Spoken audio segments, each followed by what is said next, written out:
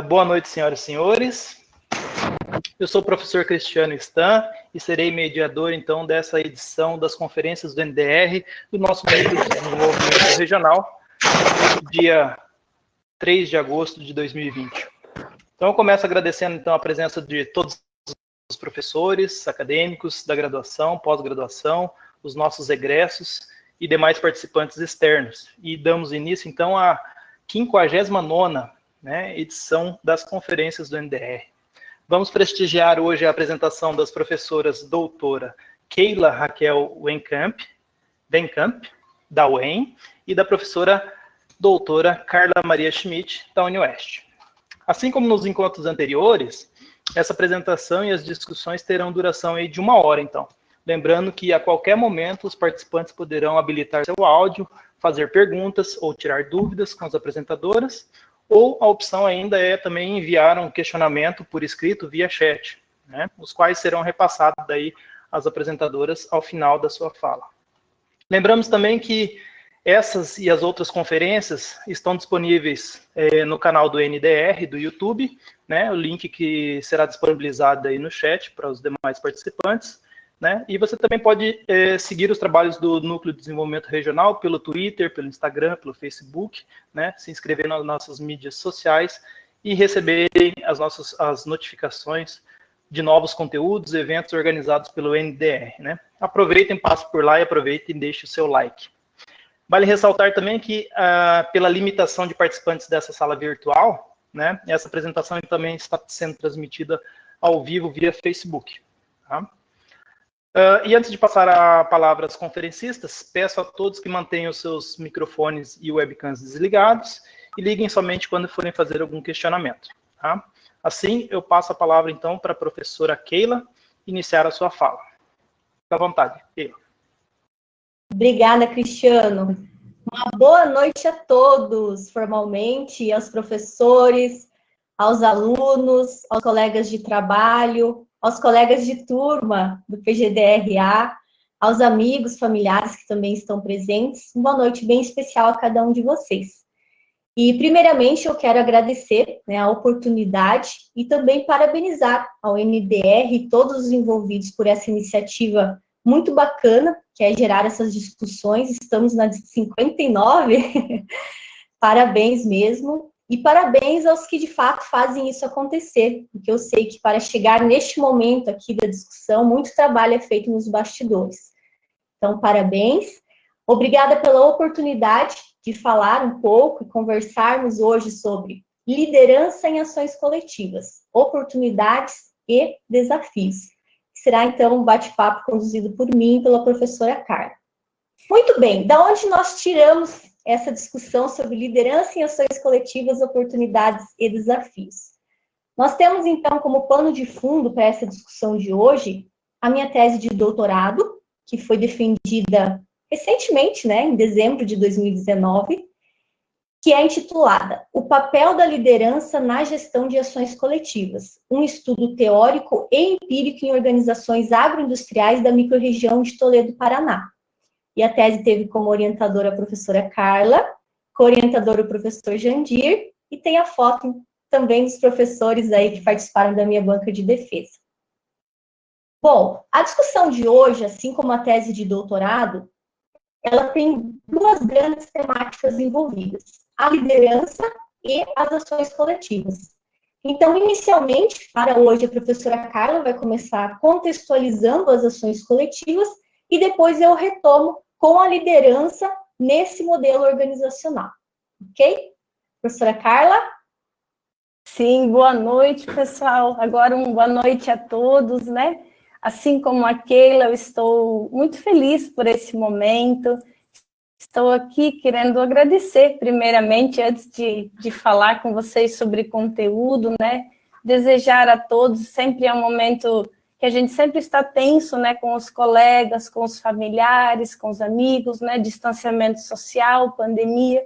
Eu espero realmente que vocês, nesse momento, estejam nos ouvindo e estejam bem, Então, além disso, eu quero agradecer, hoje na pessoa do professor Cristiano, mas a todos que se envolvem nesse processo da construção das falas, né, das lives, enfim, do NDR, porque realmente são oportunidades ricas e eu agradeço o convite e a oportunidade, principalmente por poder falar para vocês sobre algo que há algum tempo, né, tem nos instigado eu diria assim, tem nos instigado a tentar compreender um pouco. Fazemos reflexões há algum tempo sobre ações coletivas e buscamos entender um pouco disso, né, a partir da própria construção de disciplinas, a partir de leituras, de debates com orientandos, de construção de orientações, né, teses, dissertações e artigos nessa temática, né? E ao longo do tempo, então, vimos trabalhando isso e hoje estamos aqui para entender um pouquinho melhor sobre essa temática. Como a Keila vai falar de liderança, então, em ações coletivas, eu gostaria de explicar um pouquinho com vocês, conversar um pouco sobre esse contexto das estruturas coletivas, porque depois toda a discussão da liderança, que será abordada pela Keila, ela terá como pano de fundo as ações coletivas, certo? Então, eu diria para vocês que de uns 20 anos para cá, né, mais ou menos 30 anos para cá, desculpa, de mais ou menos de 1990, a gente percebe uma tendência, né, nas organizações de modelos de organizações baseadas em coletividade, em compartilhamento, né? Então, os atores trabalhando de forma conjunta, compartilhando recursos, né? Físicos, humanos, e também gerando, então, uma série de interdependência entre esses atores, né? Bom, essas formas de governança, elas apresentam características que são, então, bem diferenciadas, que são complexas e que são únicas, né? E as diferenciam das outras formas de estrutura de governança. E por isso, justamente por essas características que elas têm, elas são conhecidas, inclusive, na literatura como estruturas complexas de governança. Muito bem, mas o que a professora Carla está falando, né? Estrutura complexa de governança, como que é isso? Como que surgiu isso? Então, vamos entender um pouquinho como surgiram essas estruturas, né? Bom, se a gente pegar uma vertente econômica para fazer essa abordagem um pouco histórica, né? Claro, pessoal, eu vou fazer isso aqui de uma forma muito, muito breve, né? Muito rápida mesmo, né? Uma abordagem bem quase superficial, dá para se dizer, né? Mas vocês têm, então, esse pano. Até os anos 1980, a ênfase, quando a gente pensava na microeconomia, a ênfase era na pergunta, né? Na busca da resposta, enfim, na tomada de decisão do make or buy, né? Então, tinha esse trade-off ali, make or buy, né? Mercado ou hierarquia. Bom, a partir dos anos 90, tem um texto bem seminal, assim, que é do Williamson, que ele começa, então, que ele admite e assume, então, a existência das formas híbridas, né? Que ele chamou de intermediárias, ou ainda formas do meio, né? Formas do meio porque as outras duas seriam as da ponta, e essas seriam as intermediárias ou as do meio, né? E ele reconhece, inclusive, que isso que ele achou que era algo bem ocasional, estava se tornando, na verdade, as mais recorrentes, né? E aí também, isso naquele momento era entendido assim como um objeto, um elemento meio estranho, né? Por isso que elas eram chamadas, inclusive, de formas estranhas. E aí eu gosto de contar que o Coase, nesse mesmo ano, né, fez uma palestra, e tem vários artigos que relatam esse caso, né? Que o Coase falou assim: olha, pessoal, na verdade, de estranho isso não tem nada. Elas são as formas, né, as estruturas de governança que os agentes conseguem, né, que eles estão administrando para coordenar a produção deles, né? Muito bem. Outro autor que eu acho que a gente teria que pelo menos citar, né, para vocês saberem que ele trabalha nessa lógica também, o autor Olson, né? o Mansur Olson, que em 65, ele não trabalhou a questão de estruturas complexas, mas ele criou uma teoria muito conhecida, né, e utilizada para a compreensão das estruturas intermediárias ou complexas, né, que são as ações coletivas. O próprio nome já diz teoria da ação coletiva, e é desse autor que desenvolveu essa teoria em 65, né. Ele especificamente trabalha a questão do comportamento dos grupos, né, e apesar de ser economista, ele fez isso numa linguagem com background interdisciplinar. Então, ele escreveu assim, para a lógica de um economista, para a lógica de um sociólogo, do cientista político, né? E essa teoria é muito utilizada para compreender essas estruturas de governança coletiva até hoje, né? E um texto fundamental, né, mais atual, já despontando, quando realmente as estruturas complexas começaram a despontar, que aí foi a questão dos 20 anos que eu falei lá no início, né, que foi quando elas mais se tornaram conhecidas, é um texto do Claude Menard, um autor francês, um pesquisador francês dessa área, e ele criou um texto, A Economia das Organizações Híbridas, né? Então, também nesse texto, ele tenta entender um pouco a questão da complexidade existente, da instabilidade, quando se fala em formas complexas, do vocabulário que não é claro, e traz aí algumas formas de governança complexa, né? Já modelos como franquias, cooperativas, enfim, né? Bem, se a gente olhar a questão sociológica, teríamos também vários autores, mas eu hoje, né, pelo tempo, eu vou trazer só um deles, que não teria como a gente imaginar não falar, é do Mark Granovetter, né, com seus 2 textos seminais, né, para a área, para a teoria de redes, para a construção do enraizamento e tudo mais. Em 73, ele fez o artigo que ele é mais conhecido por esse de 73, né, que é justamente a força dos laços fracos, onde ele quebra a lógica, né, existente, então, entre eles, os sociólogos, né, e começa a mostrar que, na verdade, a gente deve fazer relacionamentos, sim, esses relacionamentos fortes, que seriam de um círculo de vizinhança e de proximidade, de pensamento e de familiaridade, são, sim, importantes, mas que, na verdade, os laços fracos, com as pessoas que a gente não pensa igual, que a gente não tem os mesmos recursos, seriam mais interessantes, né? Se imaginando principalmente atingir aí quesitos de inovatividade e tudo mais, e complementariedade de recursos, né? O que não é possível num contexto de laços fortes. E o texto de 85 também é muito importante, principalmente aí sim, para a questão das estruturas complexas, porque ele mostra que os indivíduos não agem como átomos, né? Como se fossem isolados dentro de um contexto social, né? E aí ele joga a questão econômica, né? Que a gente não consegue imaginar que as ações econômicas estejam como que soltas ou não imersas também nesse contexto e nesse enraizamento social. Então, esse texto é muito importante porque ele traz essa ideia da imersão e do embeddedness, né, dentro da lógica do social e do econômico. Muito bem, mas e no Brasil, pessoal? Né? Lá fora surgiu aí, então, em meados de 90, 2000, né? Aqui no Brasil, um pouquinho depois, chegou o professor Décio Zilberstein. Esse texto é bem conhecido, vários, inclusive professores, né, trabalham também nas diferentes disciplinas esse texto. Ele chama o papel dos contratos na coordenação, um olhar além dos mercados. Ali o professor Décio se desdobra, né, com a mesma lógica do Ronald Coase, né? O Ronald Coase sempre tinha como a lógica de você olhar para o seu mundo real, né? Olhar o mundo vivo, o mundo real que o cerca, que cerca o pesquisador.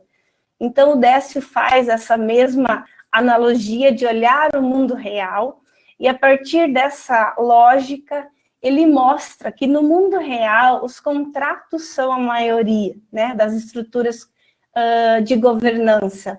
E mostra também que, além dos contratos, né, que foi, vamos dizer assim, o texto mais trabalhou sobre contratos, mas além dos contratos, já em 2005, o Décio mostra cooperativas, estruturas de associações, né, enfim, diversos tipos de ações coletivas, né, nos seus diferentes arranjos horizontais, verticais, e mostra que essas são estruturas complexas muito latentes, né, e que os economistas, os pesquisadores, estudantes devem se debruçar sobre isso. E mostra isso principalmente muito forte nos SAGs, né, nos sistemas agroindustriais aqui do Brasil, né, então mostra isso já na época com números, né. Ao mesmo tempo, tanto o Menar como o Décio e a Farina mostravam, né, a Silvia Sais, que na verdade esse estudo das organizações complexas, ele é muito recente e precisava ser explorado, né, isso eles falaram naquele momento, em 2005, 2006, né. Muito bem. Em 2007, eu acabei ingressando no doutorado na USP, né, na FEA, onde eu tive a oportunidade de vivenciar, né, e aprender junto com esse grupo do Pensa, que naquele momento estava interessado em estudar estruturas complexas, né? Então, como eu fiz um projeto nessa área, eu acabei conseguindo, então, o ingresso nesse programa, né? E fiz, então, naquele momento, uma tese de doutoramento voltado para a questão das estruturas complexas, especificamente olhando para as redes e, em termos de análise empíricas, eu olhei para uma rede do SAG agroindustrial do vinho, né? Um SAG do vinho. Bem, em 2011, já com o doutorado concluído, nós tivemos oportunidade de, no início, colaborar, né, com uma disciplina, e depois ter o ingresso, né, no programa do PGDRA, onde essas discussões, com o passar do tempo, naquele momento ainda eram, e até hoje, né, são, mas naquele momento eram mais incipientes, né, eram mais merecedoras de qualquer debruçamento, né, da minha parte, que vinha apenas com o doutorado pós-concluído, né, então, assim, toda a análise e estudo era necessária. Bom, a gente começou fazendo isso, trazendo pequenas abordagens e inserções na disciplina de dinâmica das organizações, né, junto com o professor Weimar. Depois, com o passar de alguns anos, foram vindo orientandos que se debruçaram sobre isso também, fazendo pesquisas de mestrado, né? Mais tarde foram de doutorado, no início foram mais de mestrado. A gente criou também a disciplina de cooperação em sistemas agroindustriais, sempre com o olhar, né, com a lógica de tornar isso algo um pouquinho mais compreensível e palpável também no nosso meio, né, que é tão rico em estrutura de governança complexa. Hoje, talvez para os estudantes, enfim, esse termo já não assusta mais, né, você já vai ver uma SOBER com o tema de cooperativismo, né, ou com o próprio nome de ação coletiva, um evento às vezes em outra área, mas naquele momento não era tão difundido assim ainda, né, o próprio nome era um pouco confuso, né, e isso a teoria até também já nos diz. Bom, e o que é, então, uma ação coletiva afinal, né? Se perguntar, tá, mas e qual é o conceito? Existe um conceito? É tudo muito confuso e instável? De fato é, mas se a gente pensar um conceito, é a união, né, de esforços de dois ou mais atores, e esses atores podem ser indivíduos, empresas, instituições, enfim, para a obtenção de um resultado que eles tenham interesse comum, né? Eu acho que isso é, assim, inicial, né? Deve haver 2 ou 3 atores que tenham interesse de obter um resultado que sozinhos eles não seriam capazes ou não seriam tão eficientes na obtenção desse resultado que ambos têm interesse, né? Isso a gente encontra em mais do que, não é somente nos SAGs, hoje a gente fala mais deles aqui, mas em diferentes áreas e segmentos a gente vê estruturas complexas, né? Esse campo, como eu disse, ele é ainda muito instável, o terreno é instável, a gente não sabe ainda tão bem, né, explicar as características, enfim, mas o vocabulário em si, para vocês terem uma ideia, também não é ainda algo tão estabilizado, né? Existem diferentes sinônimos para você falar de estrutura complexa, estrutura intermediária, complexa, do meio. Alguns vão falar de modelos como redes, né? Outros vão falar ação coletiva, cooperação, enfim, né? E alguns modelos, né, ou então formas de ações coletivas que a gente enxerga nos SAGs, né, são as que a gente mais percebe são cooperativas, associações, também sindicatos, redes, APLs, clusters, enfim, alianças, parcerias e outras mais, né. Algumas características que, apesar da complexidade que é inerente a esse estilo de estrutura, mas alguns que a literatura e os próprios ensaios empíricos vêm nos mostrando são, os atores compartilham recursos, são interdependentes, deveria, né, haver um planejamento conjunto, acaba havendo possibilidade, né, oportunística por questão de assimetria de informação. Os atores, por vez, cooperam, por outro momento podem competir, né, e os contratos também são muito ocasionais, né, e de ocorrer entre esses atores, e por isso se tornam, então, estruturas realmente bem complexas de governança, né. Mas, assim, os atores só estão, e Silvia Sais sempre me dizia isso, né, os atores só estão na ação coletiva porque eles ganham alguma coisa, senão eles não estariam, né. Então, realmente, assim, a literatura nos aponta que os ganhos são consideráveis, né? Então, às vezes, por hora, aumenta a renda, a receita, enfim, escala, aglomeração, a negociação, por outras vezes, a questão inovativa é mais recorrente por conta da possibilidade de trabalhar em conjunto, gera externalidade positiva, geração de conhecimento, né? E é importante dizer que a criação de valor, né, que esse seria o termo talvez mais adequado, né, a criação de valor que é permitido nessas ações coletivas, ela não se limita somente a questões econômicas, né?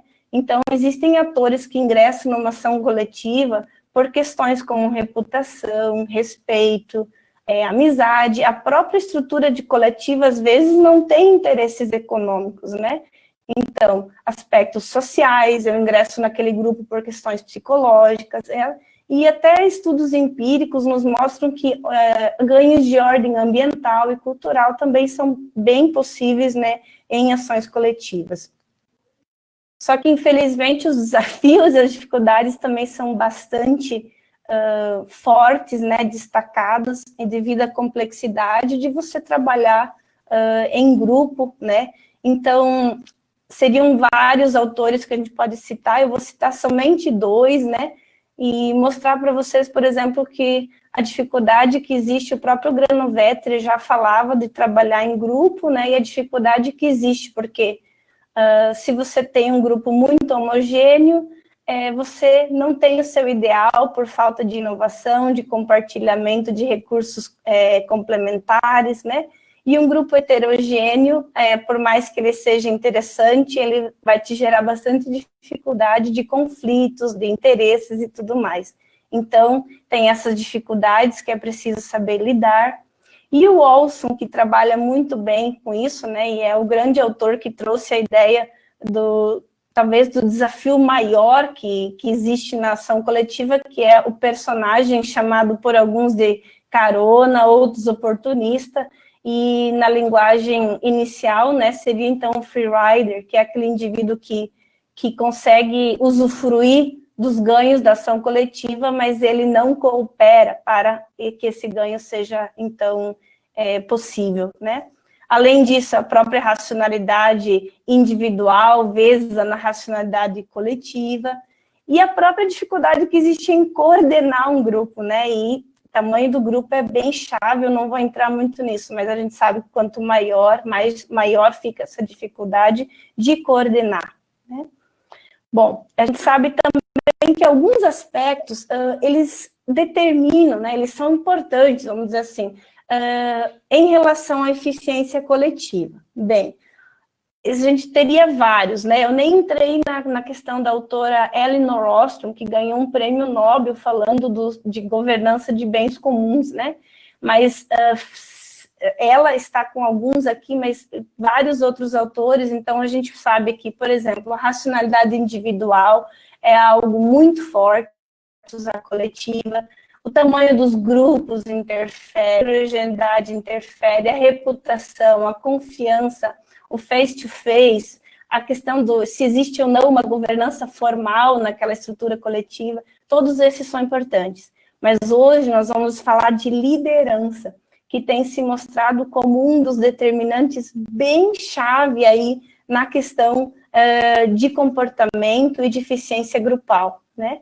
Bom, e aí, pessoal, os próprios estudos, eu coloquei alguns estudos que os nossos egressos, alunos, né, que já passaram pelo PGD-RA, ao longo desses anos, junto comigo, desenvolveram, né, e que a intenção desses todos que eu vou falar aqui no início, não foi olhar a liderança, ela simplesmente apareceu dentro da lógica do estudo empírico, com dados primários, como um elemento chave, mas eles não partiram do pressuposto de analisar a liderança, né? Então, lá em 2013, a Andrea Passini estudou o SAG de Maripá, né, do SAG do peixe, depois eu, junto com a Keila, que está aqui, a professora Ivanete também foi egressa, professora nossa, né, colega, e a professora Maria Alva, que foi minha supervisora no pós-doc, e esse é um dos estudos do meu pós-doc, né, nós olhamos a questão do turismo rural aqui na região oeste do Paraná, novamente a liderança foi chave, nesse caso de insucesso, né, a Isiele também olhou lá em Corumbataí do Sul, na região aqui do Paraná também, apareceu a liderança. O Tiago Fischer, que olhou uma cooperativa de crédito, também olhou o tamanho do grupo, mas no tamanho do grupo a liderança foi chave. Depois o Leandro, com sua tese, também foi importante, não foi tão vislumbrada, mas apareceu como um elemento. E a Heloísa, que fez sobre Maripá, e olhando um pouco a análise do ambiente de Maripá, a liderança foi muito importante. Bem, o que eu quis dizer mostrando esses estudos, pessoal, é que, primeiro, a gente enxerga que há ações coletivas nos SAGs, e nós olhamos SAGs reais aqui, né, olhando um pouco do que o Coase fala, né, olhem para o mundo real que o cerca, então, há ações coletivas de fato, nos sistemas agroindustriais aqui da nossa região, a maioria, e a liderança se mostrou um fator chave nesses estudos, né, e isto esse detalhamento e ainda aliado ao que a literatura já muito nos mostrava, é que motivou um pouco a tese da Keila e fez com que ela quisesse, né, se debruçar sobre isso. E agora eu já falei demais e vou passar a palavra para a Keila, então. Obrigada, professora Carla. Muito bem, então, depois dessas excelentes considerações sobre o âmbito das ações coletivas, e realmente é um agradecimento bem especial à professora Carla, enquanto minha orientadora, que aceitou, né, esse desafio de orientar uma temática que é um assunto tido, né, como relevante, mas ao mesmo tempo desafiador e complexo.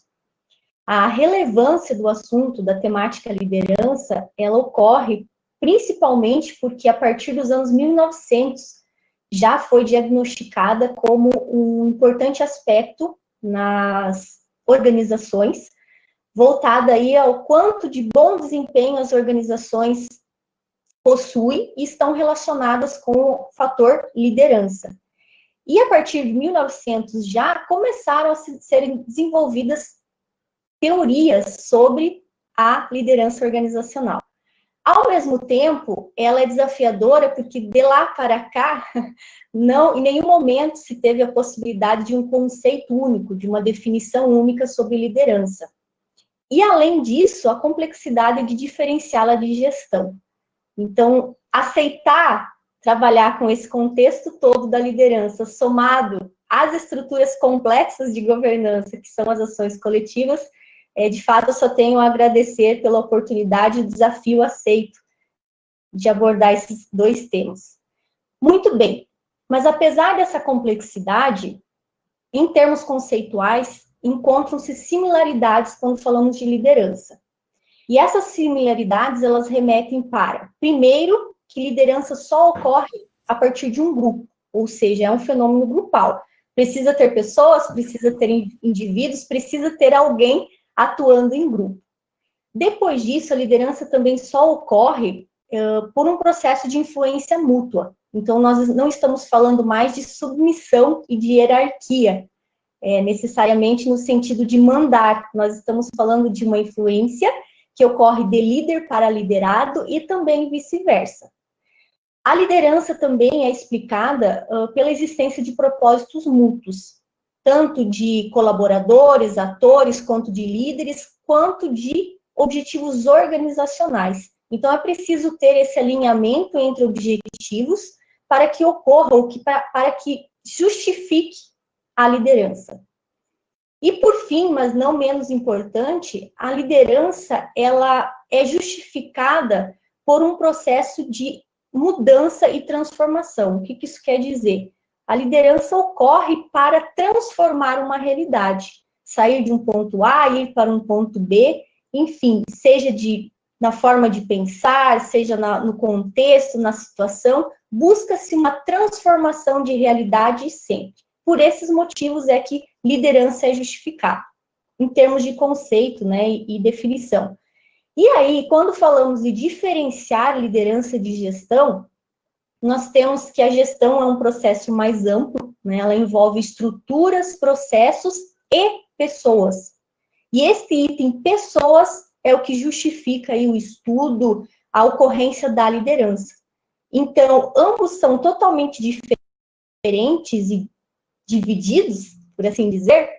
Não, são processos complementares, tanto que nós podemos ter líder que é gestor e gestor que é líder, mas não necessariamente que sejam as mesmas pessoas, porque o foco da liderança é o relacionamento, os indivíduos, é o aspecto humano da gestão. Então, feitas essas diferenciações e conceituação, ocorre que, a partir da tese, eu pude verificar que no âmbito da temática de liderança organizacional, e aqui quando eu falo de liderança organizacional, estou falando daquela liderança exercida em empresas onde nós temos donos, sócios, né, um ou mais.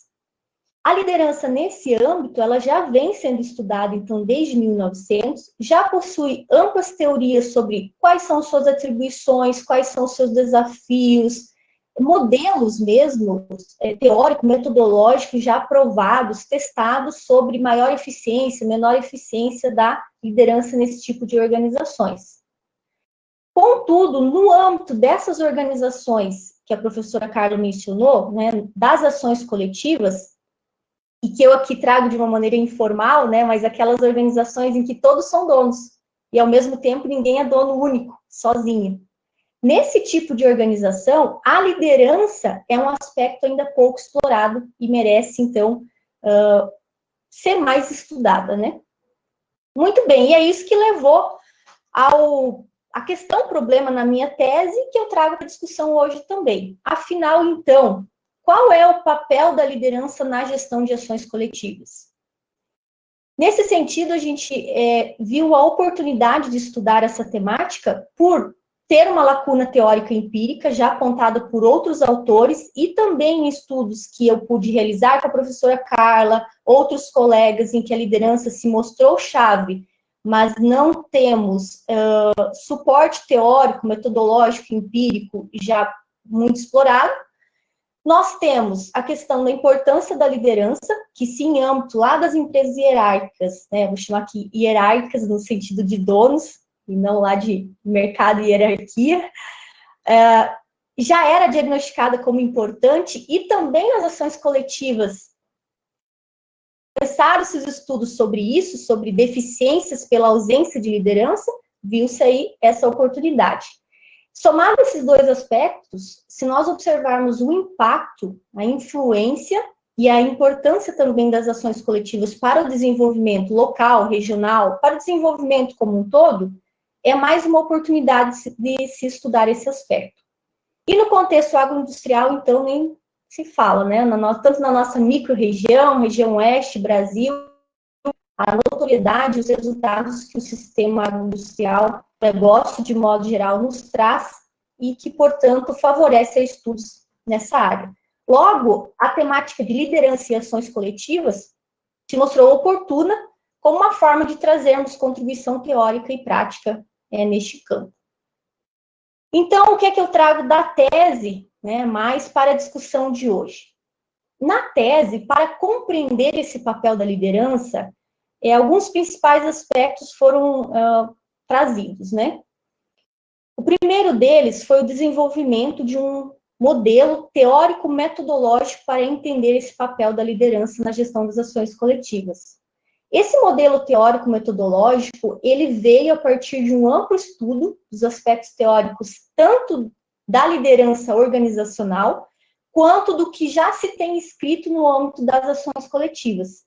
Então, traçou-se uma análise comparativa entre todo esse contexto teórico-empírico da liderança, trazendo, então, o que especificamente para a gestão das ações coletivas é tido e pode ser tido como papel da liderança. Isso tornou possível, então, a criação e elencar alguns aspectos que compõem as atribuições da liderança e, com isso, também gerar aí, possibilidades de análise empírica, e, por isso, o modelo teórico-metodológico. Foi esse modelo que trouxe a possibilidade de elaboração de um instrumento empírico, e também foi feito um estudo empírico em 2 organizações agroindustriais. Essas organizações agroindustriais, elas foram de tamanho diferente, tipos diferentes, formatos diferentes, foi ouvido tanto o líder quanto o liderado, foram considerados líderes formais e informais, e, além disso, foram coletadas 2 percepções diferentes de cada ator, líder e liderado. Nós buscamos saber se, na opinião deles, né, qual realmente deveria ser o papel da liderança e se, o quanto eles observavam o exercício daquele papel, daquela atribuição nas ações coletivas que eles estavam pertencendo naquele momento. Então, a partir desse panorama todo, teórico e empírico, é que foi possível trazer algumas reflexões hoje sobre essas oportunidades e desafios no âmbito da liderança em ações coletivas. Muito bem. Então, a partir da construção teórica, que é o primeiro aspecto aqui oportuno de se falar, é que é importante a gente frisar do que nós estamos falando aqui e do que nós não estamos falando. A partir desse capítulo 2 aí, que eu só trouxe a imagem, né, foi possível trazer um conceito de liderança na gestão das ações coletivas, né, específico para esse tipo de organização. Não tem como fugir do conceito original de liderança, né, de toda e qualquer organização, que esse papel é voltado ao fator humano, aos relacionamentos, aos indivíduos da organização. Então, nós não estamos falando aqui em toda a gestão financeira de processo e de estrutura. Nós estamos falando da liderança das pessoas, dos atores, dos participantes, cooperados, associados da ação coletiva.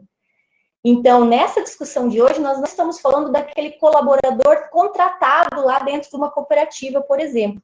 Até pode servir a reflexão sobre a liderança lá, mas ela é especificamente o processo da liderança com os associados e cooperados para que continuem cooperando, que é o ponto 2 ali, né? O foco principal dessa liderança, então, é influenciar e envolver os membros para que cooperem e não uma vez, que continuem cooperando para a consecução dos objetivos individuais e coletivos.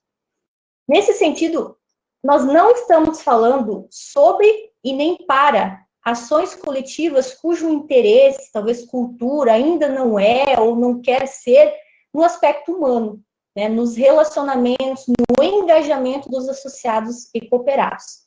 Apesar de que as ações coletivas se direcionando para esse caminho, né, não ser tão importante, traz uma série de outros desafios que eu vou abordar posteriormente. Muito bem. Então, a partir de toda essa construção, de todo esse conceito, foi possível desenvolver, extrair, né, esse modelo que aborda especificamente 14 aspectos que são as atribuições da liderança na gestão das ações coletivas. Esses 14 aspectos, eles são concentrados em 3 grandes grupos, dos relacionamentos, do controle e do planejamento. sim, do controle do planejamento, se a liderança eu acabei de conceituar como voltada aos relacionamentos. Muito bem, esse controle, esse grupo aqui de controle e planejamento, eles não são direcionados ao mesmo conceito da gestão. Esses dois controles abordam atribuições específicas para envolver e engajar os cooperados para contribuírem com o objetivo grupal. Ou seja, eles são como se fossem advindos aí do quesito relacionamentos. Então, eu não vou, de maneira alguma, adentrar nesses aspectos individuais, né? Mas eu quero mencioná-los. Né? O líder, ou a liderança na gestão de ações coletivas, ela tem como atribuição os aspectos voltados à comunicação, à motivação, mediação, confiança, inovação, apoio, influência, empoderamento dos membros, e também monitoração e avaliação, incentivos e sanções, regulação, organização, alinhamento dos objetivos individuais com os coletivos, a criação de uma identidade coletiva e determinar visão e direcionamento. Então, são 14 amplas atribuições que cabem à liderança. A partir do momento que conseguiu se extrair de toda a literatura de estudos teórico e empírico que o papel da liderança envolve esses quesitos, foram também extraídos itens, critérios, pelos quais, se fosse possível, analisar empiricamente, né, talvez mensurar ou pelo menos observar esses critérios lá na prática. E por isso vocês podem observar no lado direito ali, que tem como comunicação 1, 2, 3 e 4, que foram critérios que eu pude extrair da literatura, favorecendo a análise empírica, né? Ou seja, se esse papel é exercido, não é exercido, aliás, o que é comunicação? Né? Então, esses subcritérios aí é que trazem uma compreensão maior do que é a comunicação, do que é a motivação e assim por diante.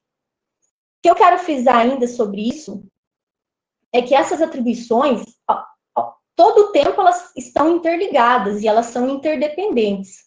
Né? O caminho ou o limite de uma, ele é tênue entre uma e outra. E logo, todo esse contexto aqui, ele favoreceu, né, para até visualizar, mas também, teoricamente, extrair da literatura e poder contribuir com a teoria, né, em aspectos teóricos sobre a liderança e ações coletivas, prático, uma vez que permite, pelo menos, reflexões e alguns critérios do que se analisar lá empiricamente, e metodologicamente falando também, uma vez que possibilita isso, a criação de instrumentos de pesquisa, entrevista, questionário, como outros, para análise tanto exploratória quanto futuramente aí, quantitativa e comprobatória sobre esses aspectos da liderança. E também eu deixo a ressalva que não quer dizer que só existam esses, mas esses é os que se mostraram determinantes e os que mais apareceram na literatura da liderança organizacional e da liderança em ações coletivas que podem ser trazidas especificamente para o âmbito dessas organizações coletivas. Diante dessa questão, dessa construção aí teórica, esse é só um exemplo bem breve do questionário que foi aplicado e demonstrando, então, que esse questionário buscou analisar cada um desses 14 aspectos, indagando lá o cooperado e a liderança, ao associado e a liderança, se eles concordavam, se esse aspecto e os subaspectos era, de fato, o papel da liderança, na opinião deles, e o quanto eles percebiam o exercício de cada uma dessas atribuições por lideranças formais e ou informais. Em nenhum momento foi direcionado o questionário, líder formal é a diretoria ou é o conselho, não. Lideranças formais e informais de modo geral. Então, o quanto eles percebiam isso na prática. Pois bem, então as organizações estudadas, como eu disse, foram duas, uma cooperativa, que lá em 2018 tinha 224 cooperados, aproximadamente, e uma associação que tinha 12 associados. Eu estou citando aqui a época do início da coleta de dados, né? No total, 71 responderam entre líder e liderados, e eu vou trazer agora alguns dos resultados aí principais que eu trago para reflexão nesse âmbito. Muito bem, nesse primeiro gráfico, eu trago a compreensão dos líderes e liderados, gente, de maneira conjunta, ok? Depois isso também foi feito de maneira individual, mas não é o caso de apresentar hoje. Nesse gráfico aqui de maneira conjunta, que foi uma análise exploratória e descritiva, o que a gente pode perceber? Que boa parte, né, a maioria, tem a opinião, ou, né, demonstrou concordância de que aqueles 14 aspectos, de fato, devem ser o papel da liderança. Então, a gente percebe aí no grupo maior, que é a cooperativa, e no grupo menor, que é a associação, nós temos percentuais bem elevados, chegando a 100% de concordância que aqueles aspectos são, de fato, exercidos pelas lideranças. E dessa maneira, o que foi possível perceber, por mais que, a partir de uma análise exploratória e descritiva, que esse modelo proposto, desenvolvido aí com as atribuições da liderança na gestão de ações coletivas, pode ser realmente utilizável, né, observado lá empiricamente. Muito bem, já aqui nesse próximo gráfico, nós vemos a opinião dos questionados, tanto líderes quanto liderados também, sobre o quanto eles percebem o exercício desses 14 aspectos por lideranças formais e informais em suas ações coletivas. E aí, o primeiro aspecto que eu quero chamar a atenção é que, tanto no grupo maior quanto no grupo menor, todos os 14 aspectos apareceram como já estão sendo exercidos. Isso é um aspecto bem positivo se a gente considerar a importância da liderança no processo de engajamento e de cooperação, né, de todos os envolvidos. Mas a gente observa também uma diferença entre o gráfico anterior para esse, em termos de percentuais. O que eu quero dizer? Existe uma lacuna entre o que deve ser e o que está sendo percebido por líderes e liderados quanto ao exercício dessa liderança lá nas suas ações coletivas. Então, esse é um dos aspectos. O outro é que, de modo geral, no grupo menor, a percepção do exercício da liderança ela foi maior do que no grupo maior, que é a cooperativa. Ou seja, cooperativa percebe-se menos, neste caso estudado, o exercício da liderança do que na associação, considerando aí tamanhos de grupo. Isso daqui, se for considerar a análise separada de líder e liderado, do caso da opinião dos liderados, essa diferença ela se torna maior ainda. Então, são essas algumas observações em relação ao exercício da liderança na opinião dos questionados. E aí, um último aspecto desses de resultados gerais que eu trago é que, justamente na análise de líder e liderado de maneira separada, o que a gente percebeu? Que os líderes, né, líderes formais e informais do grupo maior, eles percebem mais o exercício da liderança do que os liderados. E os líderes do grupo menor, que é a associação, eles percebem menos o exercício da liderança do que os seus próprios liderados. Entre possíveis justificativas aí que foram encontradas, a liderança, os membros líderes, de fato, estão mais perto do que se é planejado aí em termos de liderança e possivelmente, então, percebem mais o exercício das suas próprias atribuições. Pensava-se que, por isso, em ambos os casos, os líderes perceberiam mais o exercício dessas atribuições do que os liderados. E isso não aconteceu nos dois casos, e sim apenas no caso da cooperativa. Bom, diante desses principais resultados empíricos, e não só teóricos, né? E também a partir da análise individual de cada um daqueles 14 aspectos que vocês estão visualizando aí, foi possível traçar algumas reflexões aí então, sobre oportunidades e desafios, né? Oportunidades e desafios no âmbito da liderança e ações coletivas. O primeiro deles é sobre liderança e formato e objetivo da ação coletiva. Sobre isso, primeiramente, eu quero retomar a seguinte pergunta: por que atuar de maneira coletiva?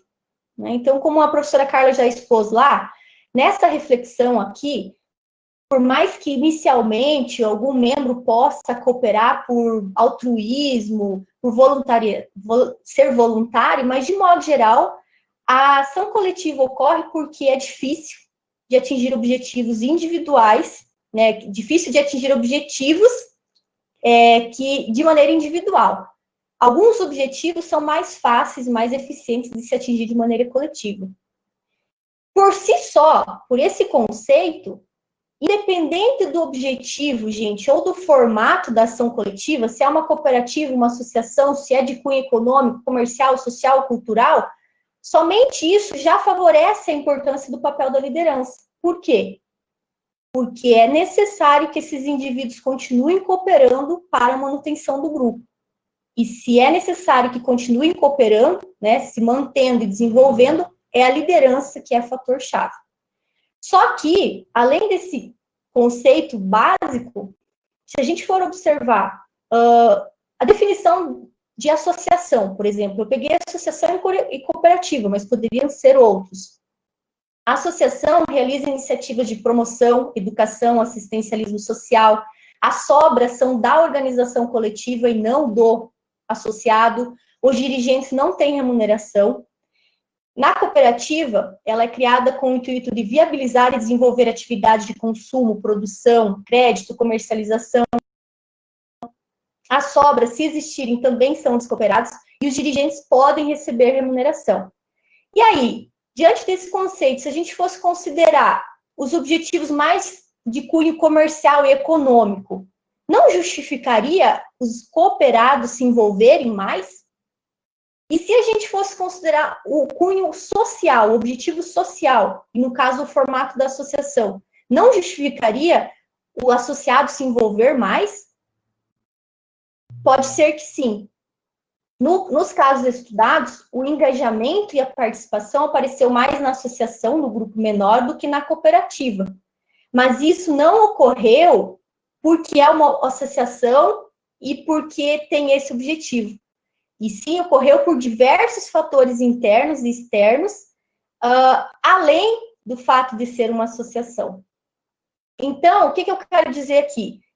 Que quando a gente relaciona liderança, formato e objetivo, que formato e objetivo até podem influenciar, facilitando ou não a liderança, o papel da liderança, mas não é o que define a eficiência ou não, o engajamento ou não do associado do cooperado. Existem outros fatores, como o papel da liderança, o papel exercido da liderança para conseguir esse engajamento. Então, só trazendo em termos empíricos aqui, a percepção do exercício, como a gente viu lá atrás, o exercício da liderança foi maior na associação. Mas então, porque ela é mais eficiente? Não, de maneira alguma eu consigo afirmar isso pelos dados que eu trouxe. Eu consigo apenas afirmar que o objetivo e o formato pode ter impacto, mas que tem uma série de outros fatores aí que justificam tais resultados. Um deles é o tamanho da ação coletiva. A professora Carla introduziu esse fator lá, né? Então, a gente tem aí a discussão de Olson, que a professora mencionou, em que, de modo geral, que eu vou trazer aqui, ele aborda a maior eficiência dos grupos pequenos. Por que a maior eficiência dos grupos pequenos? Porque em grupos menores, geralmente, há incentivo suficiente para as pessoas colaborarem, ou seja, tanto a contribuição dela quanto o resultado é mais visível. Minimiza free rider, oportunista, entre outros, e além disso, há menos custos de organização e coordenação, ao contrário do grupo grande. Porém, Ostrom e outros autores, aqui eu trago ela, abordam ao contrário, que o tamanho do grupo tem um efeito positivo sobre a probabilidade que o bem será fornecido, ou seja, quanto maior o grupo, maior o benefício. Como assim? Então, ela favorece, mostra a eficiência dos grupos maiores? Justamente é o dilema do tamanho do grupo. Olson traz a análise dos custos de organização e coordenação. Ostrom e outros autores trazem a força do grupo, a força do tamanho do grupo. Então, se a gente pegar, por exemplo, uma associação que precisa ser mais reconhecida, uma cooperativa que precisa de financiamento, empréstimo, quanto maior o número de membros, quanto maior o número de membros, maior força ele tem. Logo, é por isso que essa escolha e ocorrência de uma entrada de maior número de membros numa ação coletiva pode se tornar um desafio. Para quem? Vamos ver agora. Bieloskorsky Neto, em 2007, fez um estudo sobre o desempenho econômico e a participação em cooperativas, e tanto ele, depois nós, aqui num artigo do PGDRA, acho que o Thiago também, na dissertação dele, Fischer, né, traz esse aspecto de maneira empírica, que, de fato, quanto maior o número de membros, menor é a participação do associado, do cooperado, nas atividades, nas assembleias como um todo da sua ação coletiva. Então, gente, isso impacta para quem? Respondendo agora, para a liderança. Porque se é a liderança responsável por essa motivação, engajamento e todo esse aspecto, o tamanho do grupo é um desafio enorme. Logo, aqui tem uma das possíveis explicações do porquê esses resultados apareceram no múltiplos casos. Membros, se analisar os membros de grupos, muitas vezes eles participam menos das ações coletivas e com isso eles podem perceber menos o exercício da liderança. E no âmbito da liderança, de grupos maiores, elas podem ter desafios para envolver os membros todos, porque são muitos. Bom, diante disso, nós temos ainda um outro fator que pode estar relacionado ao tamanho do grupo ou não, que é a localização geográfica. Quando a gente fala em liderança e localização geográfica, nós temos alguns estudos que abordam os diversos benefícios que se tem a partir da formação de ações coletivas com membros localizados geograficamente próximos, e nós temos também outros estudos que abordam os desafios de estarem localizados distantes geograficamente. E, diante desse aspecto, é uma das justificativas também do porquê o exercício da liderança foi menos percebido na cooperativa em relação à associação. Significando o que isso para a liderança? Mais desafios em termos da execução das suas atribuições, daqueles 14 aspectos, por estarem localizados distantes geograficamente.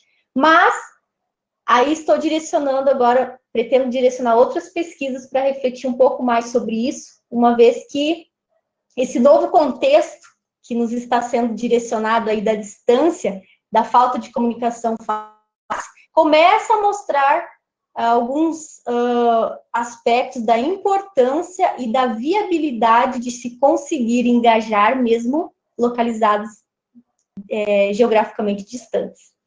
Deixa para o futuro. Bom, e aí, além do tamanho da localização, nós temos outro aspecto que seria a comunicação.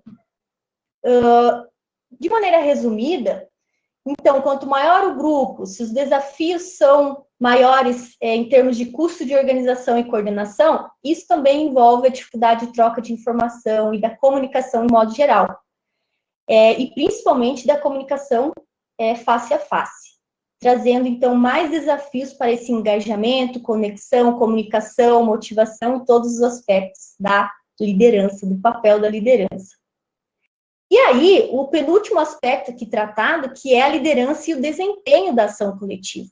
Então, nesse mesmo estudo que eu acabei de citar, de Bieloskorsky, ele traz que essa participação do cooperado, ela é menor ainda quando a ação coletiva, no caso que ele estudou eram cooperativas, possui bom desempenho econômico.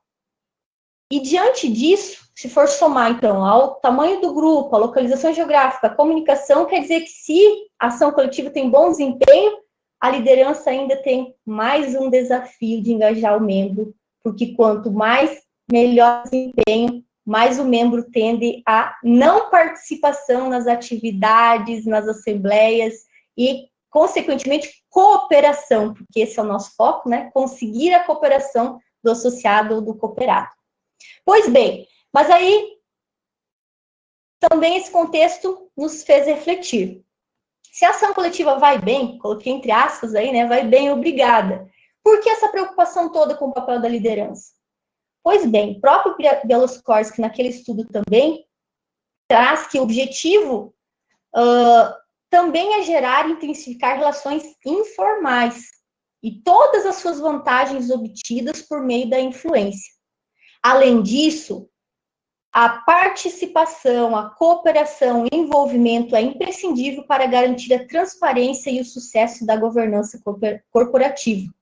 O distanciamento do cooperado do associado apresenta maior custo, ou mais custos adicionais de comunicação. Além disso, gente, perda de ideias inovadoras, quando o associado, o cooperado, aí o membro se afasta das atividades e do espírito coletivo e cooperativista mesmo, diminui o apoio e a força, inibe o empoderamento. E também porque estamos falando de cooperação. E aí eu trago esse contexto aí de Costa e Costa, que eles refletem que um aglomerado de empresas e indivíduos, ele não leva necessariamente à cooperação. Muito pelo contrário, o que leva à cooperação é uma estrutura de relacionamentos, né, entre os envolvidos, que realmente compartilhem história, valores e tudo mais. E também, gente, porque estamos falando de capital social e desenvolvimento. Então, se capital social nos remete aí ao conceito de valorizar a sociedade, as relações sociais, a cooperação e a confiança, com o intuito de melhorar as condições de vida da população, criar capacidade de a sociedade liderar e conduzir o seu próprio desenvolvimento, nós estamos falando de aspectos que não são somente voltados ao bom desempenho econômico, e sim aspectos qualitativos que envolvem o conceito, né, e a atuação cooperativa. Logo, o capital social tendo como fontes a confiança, o associativismo, a cooperação, a participação e a ação, contribui para o desempenho das cooperativas, que ali eram especificamente esse modelo organizacional. Então, nós temos 3 formas de capital social: confiança, nível de confiança, desenvolvimento de canais de informação e de ideias, indivíduos que trabalham pelo bem coletivo. Além disso, outras citações aqui, outros estudos que eu trago para reflexão, favorecem o complemento à noção de que, em pequenos portes, a confiança nasce das interações, da coesão, das regras de reciprocidade, e que isso seja recorrente, não apenas que acontece uma só vez. Então, se a gente for observar todos esses critérios, a gente não pode definir o nível de engajamento, o nível de cooperação que existem dentro das nossas ações coletivas só pela quantidade de ação coletiva ou de estruturas que existem na nossa sociedade. Ou seja, mais uma vez, remete à importância do papel da liderança, que é voltado à conexão, ao engajamento, a trazer mais cooperação de todos os envolvidos. E aí, finalizando, em relação a esses aspectos trazidos da tese para hoje, a importância, então, do desenvolvimento da liderança formal, informal e a compartilhada, dentro das nossas ações coletivas. A liderança formal, sendo aquela dada por meio da eleição, que utiliza mecanismos contratuais, que auxilia na tomada de decisão, a intermediadora, a agregadora, e a liderança informal também. O que é essa liderança? É aquela exercida por membros que são bem conectados na estrutura relacional, com condições de administrar as relações, possíveis conflitos, fazer a mediação, manter e ampliar a coesão dessa rede, facilitar a troca de informações, ampliar a confiança entre os membros, colaborar para que se conheçam, se comunicam. Então, a gente chama a atenção aqui da importância de desenvolvimento e capacitação, inclusive, tanto da liderança formal quanto de lideranças informais, que são aquelas não necessariamente que estão na diretoria, conselho, mas sim diversos membros que podem atuar com esse e, consequentemente, a liderança compartilhada, que justamente é aquela distribuída entre todos os membros da ação coletiva. Muito bem. Pensando nessa questão do engajamento, desafios com o tamanho do grupo, outros desafios, e logo, né, a importância da liderança, a gente tem observado aí algumas ações teórico-práticas. Né? Nós temos aí ações coletivas que estão investindo na divisão em subnúcleos, que as assembleias passam a ser mais próximas do cooperado, do associado, que pessoas da comunidade passam a levar informações e ser um intermediador, realmente. A dissertação do Thiago envolve algo nesse sentido, o nosso artigo também. Temos ainda todo o contexto da educação cooperativista, que vem muito forte no longo dos últimos anos. Tem outra dissertação do PGDRA, da Daiane, que aborda esse contexto, e que é uma preocupação com esse engajamento, ou seja, trazendo aí a reflexão sobre a liderança, e o desenvolvimento prático mesmo, por meio de capacitação de lideranças. Essa matéria agora é de julho de 2020, né, sobre o programa da OCB, que está capacitando jovens de todo o país com o intuito de formar novas lideranças cooperativistas. Ou seja, teórica e empiricamente está sendo foco, né, a questão da liderança. E aí, gente, os últimos pontos aqui, sobre esse contexto, então, de liderança e ações coletivas, oportunidades e desafios. A gente vê a presença e a importância dessas ações coletivas no âmbito agroindustrial e na nossa região. É interessante pensar na preocupação com a manutenção dessas ações coletivas em seus diversos formatos, tamanhos ao longo do tempo, tanto no sentido de crescimento e bom desenvolvimento econômico, ok, bacana, mas também em termos de desenvolvimento de modo geral, que envolve os aspectos qualitativos, e também pensarmos no futuro dessas ações coletivas. A gente tem aí, jovens como gestores de nossas propriedades e participando de ações coletivas, e esses jovens cada vez mais estão inseridos num contexto de inovação tecnológica, não só de fatores produtivos, mas como de comunicação, interação, e a gente vê, então, oportunidade para a liderança remota dentro das ações coletivas nossas, mesmo, então, localizados geograficamente distante, e todo esse contexto aí que agora, principalmente agora, né, nesse âmbito da pandemia, nos faz refletir. Nós temos também, no âmbito da liderança, pensar nessa profissionalização, assim como da gestão, que já vem sendo discutido, da liderança também. A liderança é passível de ser desenvolvida, ela não é nata, ela é uma soft skills, então não é algo que se aprende do dia para a noite, realmente é um processo, mas é possível desenvolver. Nós temos um outro aspecto que nos fez refletir também na tese, que é o desafio do trabalho voluntário e a falta de remuneração, porque muitos dos nossos líderes, assim como gestores, então, pouco tempo, tem os custos para se dedicar à atividade da liderança, então, é algo bem desafiador a ser pensado. Enquanto contribuições aqui, eu também quero chamar a atenção para esse modelo teórico-metodológico, que ele abre outras lacunas, né?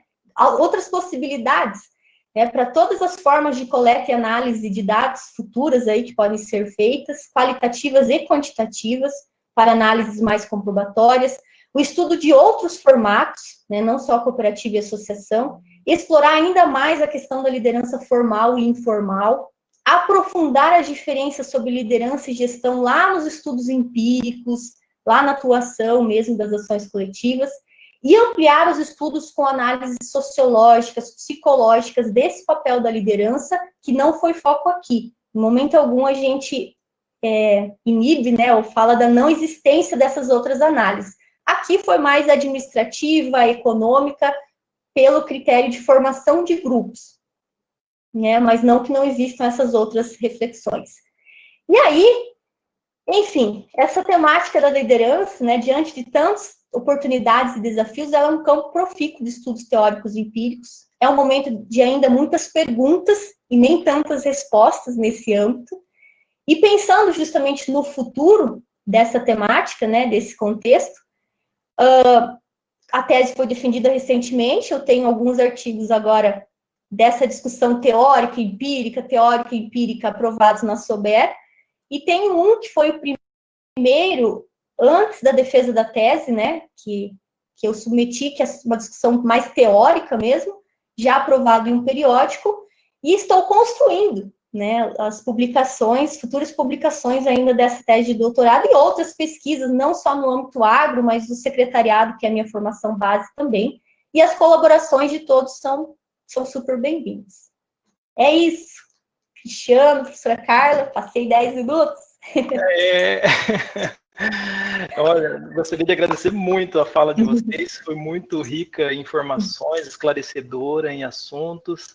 Eu até comentei com a Carla anteriormente, né, que o Silvio Arendt, na apresentação que ele fez, ele falou assim, vou usar a tática dos políticos, eu falo bastante, daí não sobra tempo para pergunta. Mas eu lembrei disso. Mas aqui ninguém escapa, a gente vai abrir para perguntas. Vamos lá, esse é o intuito, a gente tá... Você que manda, Cristiano. Eu tô aqui mais como assessora hoje, né? Mais como assessora da Keila, mas... Temos algumas... sempre tem assessora assim, né? Coisa boa, hein, Keila? Temos algumas perguntas aqui no chat, eu vou começar por elas. Primeiro, a professora Fabiana aí, Veloso faz uma provocação para o Fabrício, né? Querendo já montar já um grupo de pesquisa sobre o tema, né? E depois tem uma pergunta aí da Heloísa Dalpozo, né? E especificamente para você, Keila. Keila, você comentou que entrevistaram os líderes informais. Como vocês chegaram aos nomes desses entrevistados? Houve alguma indicação, né? Sobre viés de amor? Cristiano? Heloísa Dalpozo. Tá, Heloísa, sim, teve indicação. Uma primeira parte do questionário, que eu não falei aqui, ela pedia para mencionar tanto nomes quanto atitudes de líderes informais. E aí, por isso, foi possível chegar a essas pessoas. De modo geral, eu posso afirmar que foram poucas, mas teve citação de nomes, sim. Ainda mais na associação no grupo pequeno do que no grupo maior. Tá. E Matheus da Silva Ganso, né? Quanto ao número de pessoas a cooperar se torna muito grande, subdivisões se tornam necessárias? Ou é um caso a caso, ou existem limites definidos para isso? Não há limites estabelecidos para isso, Matheus. Muito boa a sua pergunta. Vamos lá. A indicação, desde Olson e outros autores, é a criação de grupos federativos, ou seja, de subnúcleos.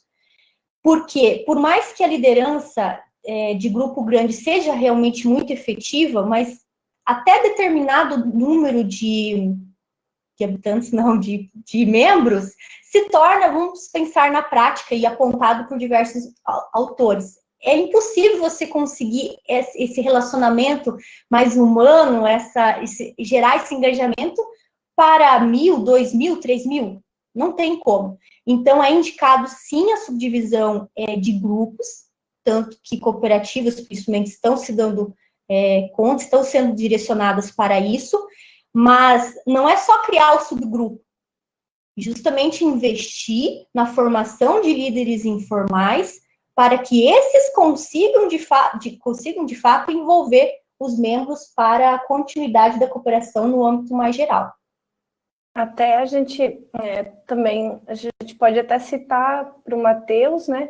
Se ele quiser ler, tem artigo e tem a própria dissertação do Thiago Fischer, que foi bastante até comentada aí, porque a Keila acabou falando bastante do tamanho do grupo, né? Então, percebam, pessoal, quando um autor em 65 fala uma coisa que dá certo, né? Em 65... O Olson, lá, quando eu falei lá atrás que não podia deixar de falar da teoria da ação coletiva, né? Porque, apesar de ele não falar, ele não estava olhando para a questão de estrutura de governança, ele estava falando de comportamento de grupo. Mas a estrutura de governança coletiva, ela está falando de grupo de pessoas, certo? Então, por isso que a teoria lá de 65 do Olson, que foi um economista, mas que usou uma lente interdisciplinar, que eu falei, né? Um background interdisciplinar, ela é tão ainda utilizada. Então, percebam, quando a gente pensa em eficiência, quando a gente pensa em liderança, abarcar um número tão grande de cooperados, como tem tomado a dimensão das nossas cooperativas de crédito rural, por exemplo, como tem tomado as nossas cooperativas agroindustriais. É difícil, né, você dar conta, e por isso que essas de crédito, então por isso que eu digo para você ler um pouco a dissertação do Tiago, porque ele fala justamente isso. Ele conta o caso, né, de uma cooperativa de crédito que se utilizou dos subgrupos para olhar um pouco a questão da eficiência, é isso que a Keila falou, né? Aí se utiliza a liderança formal, se utiliza de subgrupos e de lideranças informais para tentar chegar, né, a manter o grau de cooperação, porque senão, às vezes, a cooperativa ela até existe, né, formalmente e tem um grande êxito econômico, mas ela se perde um pouco no que a gente sabe, né, o que foi a história e a origem e o porquê do cooperativismo, né? Então, é nesse sentido que a liderança também tem se mostrado muito importante, né? Prof, se me permite, ainda ao encontro do que o Matheus falou, ao final da tese, sim, pensando no retorno, né? Foi esse o meu objetivo, no retorno não só para as duas ações coletivas estudadas, mas de modo geral, eu trago alguns quadros de sugestões, né? Ou pelo menos reflexões que poderiam aí levar a oportunidades maiores para desenvolvimento de lideranças e exercício de lideranças para as ações coletivas estudadas e outras. E uma delas justamente é a subdivisão. Mas é claro que essa subdivisão tem a ver e está ligada com outros critérios também, né? Lembramos da remuneração, da falta de tempo. Então, eu busco trazer todo esse contexto para que algumas ações, algumas reflexões possam ser utilizadas na prática lá das duas ações coletivas. Que, inclusive, vamos dar esse retorno segunda e a próxima ainda não sei, que esse contexto remoto aí dificultou um pouco, né, o retorno aí para as duas ações coletivas, mas está na agenda. Obrigada, Matheus. Temos mais questões aqui. Para os participantes que estão aí presentes, também, se quiserem abrir o microfone e fazer uma pergunta, fiquem à vontade. Enquanto isso, eu vou lendo mais uma. A gente vai ficar bem feliz, Cris, se alguém conversar um pouco conosco, né? Pois é. Então, fica só um. Vamos lá, uma pergunta do Fabrício, né? Ele faz uma contextualização antes. Ele primeiro parabeniza vocês, excelente fala e provocações. Né? E ele coloca ali que os estudos sobre as interações entre múltiplos stakeholders ou atores vêm ganhando importância, né? Seja pelos ganhos coletivos e criação de valor conjunta. E uma outra lente teórica que também analisa esse fenômeno é a de Network Theory of Stakeholders, e a teoria de stakeholders, né? Que tem o foco nas relações, cooperação e engajamento dos diversos atores, seja nas redes centradas na organização ou em redes descentralizadas. E aí vem a pergunta, né? Gostaria de saber se no estudo de lideranças em ações coletivas, em algum momento foi vislumbrado esse viés teórico? Ou, então, pensando nas influências dos demais atores, né, stakeholders, no processo da liderança e nos resultados da associação? Pergunta bem fácil de responder. Fabrício, não. Bora lá? Bora lá? Fabrício. Eu quero agradecer a sua sempre participação, né? Obrigada aí pela consideração. E olha só, é mais um para eu colocar lá nas considerações finais, então, desse olhar. E tá feito o convite aí de mais uma parceria. Valeu, na verdade, assim, além de dizer que não foi lente nesse momento e que a Keila já falou que pode ser pesquisas futuras, né? É super relevante a sua pergunta, né? Porque tem tudo a ver com a discussão, mas são escolhas, né? Escolhas teóricas. E aí eu gostaria de dizer que não foi uma escolha teórica, porque a Keila, eu acho que eu digo isso assim, com bastante orgulho, né? Agora não mais no papel aqui de assessora, no papel de orientadora de tese lá atrás, e do professor Jandir como orientador penso que se ele quisesse manifestar nesse sentido, né? A gente tem bastante orgulho, assim, segurança da revisão que ela fez, né? A revisão teórica, mas ela, por mais imensa que ela tenha sido, ela teve que fazer escolhas. E na qualificação, inclusive, se eu bem me recordo, a indicação era para ela fazer recortes, né? E não escrever mais nada, e sim retirar algumas páginas de teoria, porque a revisão teórica da tese foi extremamente vasta, sim, então, mas não foi sob esse olhar, né? Valeu. Será que temos mais alguma pergunta? Alguém habilita abrir o microfone? Se não, o Fabrício digitando novamente. Pessoal, Carla e Keila, eu tenho uma pergunta, né? Foram feitos na pesquisa de vocês algum cruzamento de dados, né, para saber a influência do nível de escolaridade, se o nível de escolaridade interfere na liderança e nas atribuições que foram classificadas lá no trabalho? Não, Cristiano, não foram feitas essa relação. Foi indagado, sim, o nível de escolaridade, mas de modo geral, reflexões sobre isso, sim, mas não, digamos, conhecimento e nível de eficiência, capacitação de lideranças, isso não. É uma ótima observação. Mais para saber assim se ela influencia os associados ou os cooperados com maior nível de escolaridade, entendem mais sobre o assunto e cobram mais a liderança sobre determinados aspectos, né, do que aqueles que têm menos nível de instrução e tudo mais, né? Não foi feito, mas sabe que isso...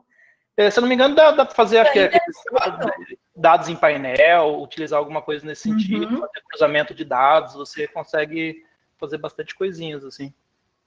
A gente trouxe algumas reflexões sobre o nível de escolaridade e também idade, né? Idade. Mas esse cruzamento realmente não. Muito legal. Obrigada, Cristiano. Eu acho que, inclusive, está no banco de dados primário ainda, né? Ainda dá para usar. Legal. Depois isso daqui fica gravado, você não precisa anotar não, ali depois você assiste de novo.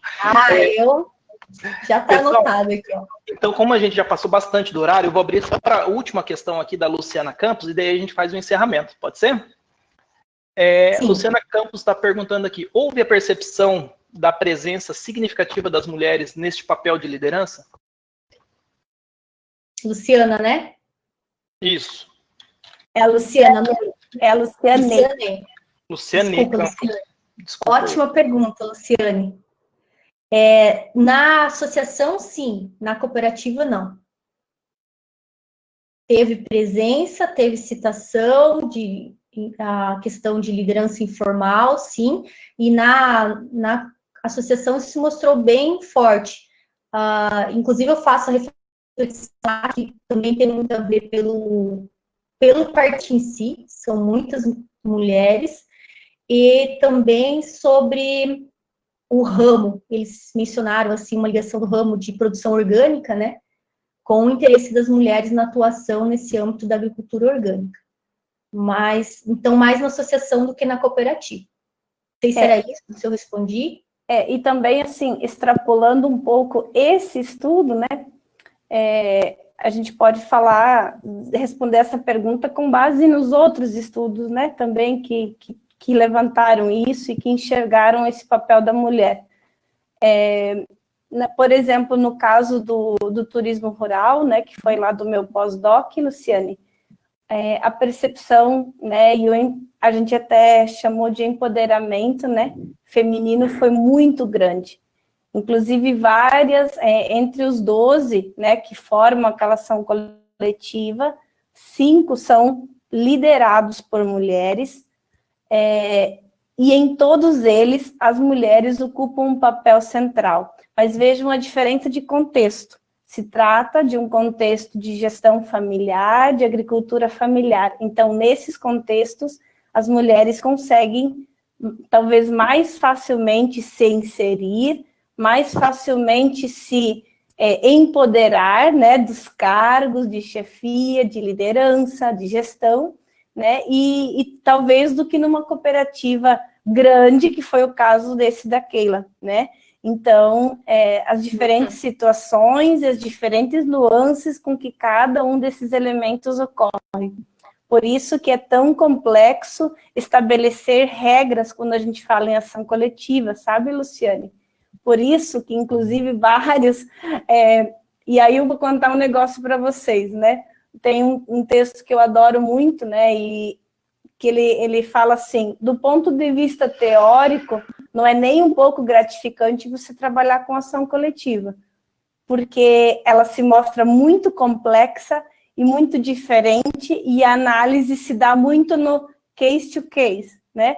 Ou seja, o caso a caso. Então, eu não consigo estabelecer regras fundamentais para toda a vida, ou pelo menos ainda não conseguimos estabelecê-las, né? Mas veja, são estudos recentes, a temática é recente, ela está iniciando. Em 2005, a gente escrevia, né, via escrito, nós precisamos análises empíricas. Então, a gente está engatinhando de análises empíricas. Os casos, além de escassos, eles não têm se repetido tanto. Então, nós estamos agora começando a criar um banco de dados, mas em muitos outros as mulheres apareceram sim, só que geralmente nos casos onde elas conseguem ingressar com mais facilidade, né? Então, nesses casos de agricultura familiar, por exemplo, elas têm aparecido como papel de liderança e muito importante na gestão. Gurias, ali a Luciane Campos coloca que entendeu claramente, obrigada, professoras, né? Eu gostaria de agradecer também. Oi? Eu só vou pedir, ao final mesmo, agora, quem puder, mais 1 minuto ou 1 minuto e meio, só. Eu preciso disso. Então vai lá, 1 minuto para você. Bom, a todos os professores, colegas, familiares, amigos aqui presentes, né? Eu não sou cantora, eu não sei fazer prosa nem poema, mas eu queria fazer um agradecimento um pouquinho diferente hoje, que é com um brevíssimo textinho que eu fiz para os envolvidos aí. Eu sempre posso me tornar mais líder quando eu conseguir ter a empatia e a confiança da minha professora, orientadora, Carla Schmidt. Eu sempre posso me tornar mais líder quando eu conseguir o senso de direcionamento do meu co-orientador, professor Jandir Ferreira de Lima. Quando eu conseguir a valorização pelo trabalho do outro, conseguir dar a valorização pelo trabalho do outro e o senso de contribuição que os professores das minhas bancas de qualificação e defesa da tese de doutorado realizaram, são eles, professora Erlaine Binotto, professor Fábio Viseu, professor Jefferson Staduto, professor Lucir Alves e professora Patrícia Batiste. Eu sempre posso me tornar mais líder quando eu conseguir ser e dar o apoio que os colegas do secretariado executivo da UniOeste e da UEM me deram, e também os alunos. Eu sempre posso me tornar mais líder quando eu conseguir ter a abertura e a humildade das 2 organizações coletivas que foram objetos do meu estudo. Também, quando eu conseguir a força e o foco do PGDRA e todos os seus professores. Quando eu conseguir ter a iniciativa e a inovação do NDR. Quando eu tiver a paciência e a alegria, o sorriso no rosto dos meus amigos, todos eles. E sim, eu sempre posso me tornar mais líder quando eu conseguir amar mais. Sim, para ser líder também precisa amar o que a gente faz. Amar como a minha família ama. Obrigada a todos mesmo pelas contribuições, por tudo que já me ajudaram nesse contexto complexo dos estudos teórico e empírico da liderança em ações coletivas. Obrigada, Cristiano. Que isso, eu que agradeço. Que lindo. Certamente, se tivéssemos todos presentes, uma salva de palmas, sinta aqui, nesse momento. Carla, valeu, últimas palavras? Não pode chorar, Carla. Agora fica difícil falar alguma coisa, né? Eu só gostaria de, mais uma vez, agradecer a todos A gente sabe que essas noites, né, com webinars, lives, enfim, tem nos tomado bastante, né, da nossa rotina, mas, na verdade, nós temos também ganhado muito nesses momentos, né? Então, hoje, em especial, muito obrigada a vocês que dedicaram esse tempo, que fizeram perguntas, que nos ouviram, se manifestaram no chat, e não poderia ser diferente. Eu acho que eu coloco para vocês nessa noite sobre ações coletivas, sigamos em frente, mesmo com os desafios, mas as oportunidades também sempre existirão. É isso. Obrigada, prof. Então, então eu só gostaria de agradecer mais uma vez, parabenizar vocês, as apresentadoras, a professora Carla, a professora Keila, pela excepcional apresentação de vocês, que certamente contribuiu muito com a discussão, né? Foi muito rica em informações, tanto é que tivemos vários questionamentos, várias ideias novas para novas oportunidades de pesquisa, né? A Keila foi anotando ali. O Sérgio quer falar. O Sérgio quer falar, vamos falar, abrir por Sérgio. Então. Eu queria, viu, Cristiano, também dar os parabéns para a Carla e para a Keila, um trabalho muito aprofundado, né, e com muita aderência à teoria e prática. Né? Eu mesmo trabalhei em cooperativa há 23 anos, eu sou sócio de duas cooperativas, e realmente vocês colocaram ali, quanto maior a cooperativa, mais difícil é a adesão, a participação, também por questões geográficas, né? Na associação você tem normalmente mais proximidade, corpo a corpo. Então eu queria assim concluir dizendo que houve uma aderência muito boa, forte entre a teoria que vocês apresentaram com as pesquisas de campo e como vocês fecharam o papel da liderança. Então, da minha parte, meus parabéns mesmo. Ok? Muito obrigado. Obrigada, Sérgio. Obrigada, Sérgio. Obrigada. Então, para finalizar, então, gostaria então, de agradecer novamente e deixar em nome do pessoal do NDR, né, meu muito obrigado pelas falas do dia de hoje. E aproveito, então, a convidar a todos para participarem da próxima conferência, que vai ser na próxima quarta-feira, né, da professora Elizabeth Giron Cima, com o tema O Problema da Unidade da Área Modificável, uma análise agropecuária do Paraná e do Brasil, né? Um artigo dela e do professor Weimar. Beleza, todos? Então, boa noite, ótima semana a todos. Boa noite.